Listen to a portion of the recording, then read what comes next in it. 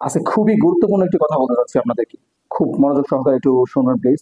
আপনারা প্রায় সময় দেখবেন যে আপনার বাসার আশেপাশে হোক বা বন্ধু-বান্ধবের সাথে ঘুরতে গিয়ে হোক বা অফিসের কলিগদের সাথে অফিসের পাশে হোক অথবা স্টুডেন্ট যারা আসছো তোমরা সেক্ষেত্রে এই স্টুডেন্টরাও তাদের ইউনিভার্সিটির পাশে কোনো রেস্টুরেন্টে হোক, আপনার বিষয়টা একটা বিষয় খেয়াল করবেন যে এই রেস্টুরেন্টে আপনি খাওয়া দাওয়ার পরে এই ওয়েটার গুলো এসে আপনার সামনে দাঁড়িয়ে থাকে বিল দেওয়ার সময়। কেন দাঁড়িয়ে থাকে? আপনারা প্রত্যেকে জানেন যে তারা একটা বকশিসের আশায় দাঁড়িয়ে থাকে। এই বকশিসটা কেন? এখন কথা হলো, এই যে বকশিসটার জন্য দাঁড়িয়ে থাকে আর আপনারা বকশিস দিতে দিতে একটা অভ্যস্ততায় পরিণত করে ফেলছেন, একটা ট্রেন্ডে পরিণত করে ফেলছেন যে বকশিস দিতে দেওয়ার যে রেয়ারটা আপনারা চালু করেছেন। কারণ কি? কেন বকশিস তাকে দিতে হবে? আপনার আপনার যৌক্তিকতা, সে ভালো সার্ভিস দিচ্ছে। আরে বাবা, কি ভালো আপনাকে সার্ভিস দিল? সে সার্ভিস দেওয়ার কারণে তো তাকে তো মাস শেষে বেতন দিচ্ছে এই হোটেল থেকে। এখন আপনি যে আপনার ফুটানি দেখাতে গিয়ে আপনার পকেটের টাকা আপনি দিলেন, আপনার টাকার ফুটানি আছে, কিন্তু যাদের পকেটে টাকা নেই তারা আসলে কি করবে? কিছু কিছু লোকজন দেখা যায় যে নাস্তা করার পরে সে 50 টাকা 40 টাকা নাস্তা করার পরে সেই ওয়েটারটা সে, আরে বাবা, 40-50 টাকা নাস্তা করার পরেও সে কেন এসে দাঁড়িয়ে থাকবে? 40 টাকা নাস্তা করে গিয়ে তাকে 10 টাকা বকশিশ যদি দিতে হয়, এখন অনেক লোকে তারা এটা পসিবল হয় না। আর এই যে ট্রেনটা আপনারা তৈরি করছেন, যে এই অভ্যস্ততা একটা তৈরি করে ফেলতেছেন, এতে করে কিন্তু একটা সাধারণ মানুষের আপনি ক্ষতি করতেছেন।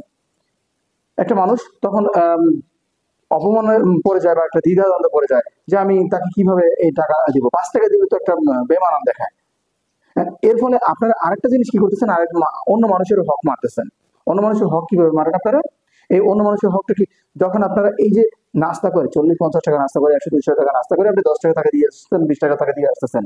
এখন আপনারে আমরা একসময় বকশিস দেওয়ার, হ্যাঁ বকশিস আমিও দেই, কিন্তু এই বিষয়টা যে আপনারা এমন পর্যায়ে নিয়ে গেছেন বর্তমানে, এখন বকশিস কখন দেয়া যায়? যখন দেখবেন যে স্টুডেন্ট লাইফে আপনি আসছেন, স্টুডেন্ট লাইফে একটা হোটেলে বসে বন্ধু বান্ধব মিলে খাওয়া দাওয়া করছেন, এই ওয়েটারটা কি করছে, বিল ধরেন আপনার 200 টাকা হয়েছে বা 220-30 টাকা হয়েছে, 50-250 হয়েছে, তখন তিনি কি করলেন, কিছুটা কমিয়ে বিল ধরিয়ে দিলেন আপনাদের বন্ধু বান্ধব যারা আছেন তাদের জন্য। এখন কিছুটা কম বিল ধরার কারণে আপনি তাকে খুশি হয়ে 10 টাকা 20 টাকা বসিয়ে দিলেন। এটা একটা মানসিক পর্যায়ে পড়ে, কিন্তু সেটা আসলে ইলিগাল। আর কোন ম্যাক্সিমাম জায়গায় দেখবেন তারা কিন্তু কখনোই আপনার কাছ থেকে বিল কম নেয় না, 1 টাকাও বিল কম নেয় না। তো আপনি তাকে কেন বকশিস দিতে যাবেন? এই বকশিস দেওয়া না করে আপনি কি করতেছেন, আরেকটা, যখন ফকিরকে আপনি 2 টাকা বা 5 টাকা ভিক্ষা চাইতে আসতেছে, তাদেরকে আপনি 2 টাকা দিতেই আপনার মানে একদম লেগে ফেটে পড়ে। আপনি তাদেরকে 2 টাকা দিচ্ছেন না ইয়েকে, ফকিরকে। অথচ এই টাকাটা যদি আপনি ফকিরকে দিতেন আপনার কতটা সব হতো। আপনার এখন কথা হলো, আপনি দান করেন, সঠিক জায়গায় দান করেন। ওই ওয়েটারটা কিন্তু অতটা কষ্টে নাই, সে মাস শেষে ঠিকই বেতন পাচ্ছে এবং হোটেলের বেতনগুলো মোটামুটি ভালোই হয় যারা হোটেলে কাজ করে। তো আপনারা কেন তাদেরকে এভাবে বকশিশ দিয়ে যাবেন? যখন তার আপনার বিলটা কমিয়ে দিচ্ছে তখন আপনি খুশি হয়ে দিতে পারেন। আপনারা এই যে অভ্যস্ততা পরিণত করতেছেন, সেখানে সাধারণ একটা মানুষ নাস্তা করতে গেলে তার সামনে যখন এসে এই বিল দেওয়ার সময় দাঁড়িয়ে থাকে, তখন তার দ্বারা তো দেওয়া পসিবল হয় না।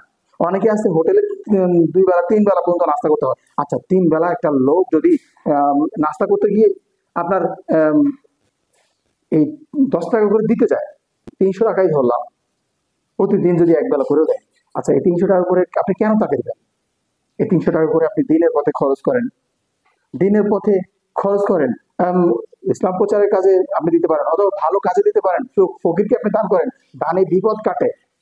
আপনি তাকে দান করলেন, আপনি তার সার্ভিসের বিনিময়ে, এটা তো আপনার বিপদ কাটার জন্য আপনি দান করেননি। তো এই ট্রেনটা আপনার চালু করবেন না, হ্যাঁ? অথবা হয়তো এখন বলতে পারেন যে আমি দেই না বা আমার জন্য সমস্যা হয়ে যায় বলে, না, আমি এই জন্য বলতেছি না। অনেক মানুষ দেখছি, এই যে অনেক সময়, হ্যাঁ হতে পারে আমার পকেটেও টাকা কম থাকতে পারে কোনো কোনো না কোনো সময়, তখন দেখা যাচ্ছে যে এই লোকটা যখন এসে দাঁড়িয়ে থাকে, মানে মনে হয় যে ভিক্ষুকের মতন এসে দাঁড়িয়ে আছে, আপনি এইটা মানে তাকে দিতে না পারলে তখন এমন ভাবে তাকায় আপনার দিকে, দেখবেন এটা না দিয়ে আপনারা দেখবেন, এখন থেকে না দিয়ে দেখবেন ওইটার আপনার প্রতি কি ধরনের দৃষ্টিতে তাকায়। তো এই সিস্টেমটা আপনারা চালু করবেন না, দান করবেন, সঠিক জায়গায় দান করেন, এটাই বলার ছিল। ধন্যবাদ সকলকে।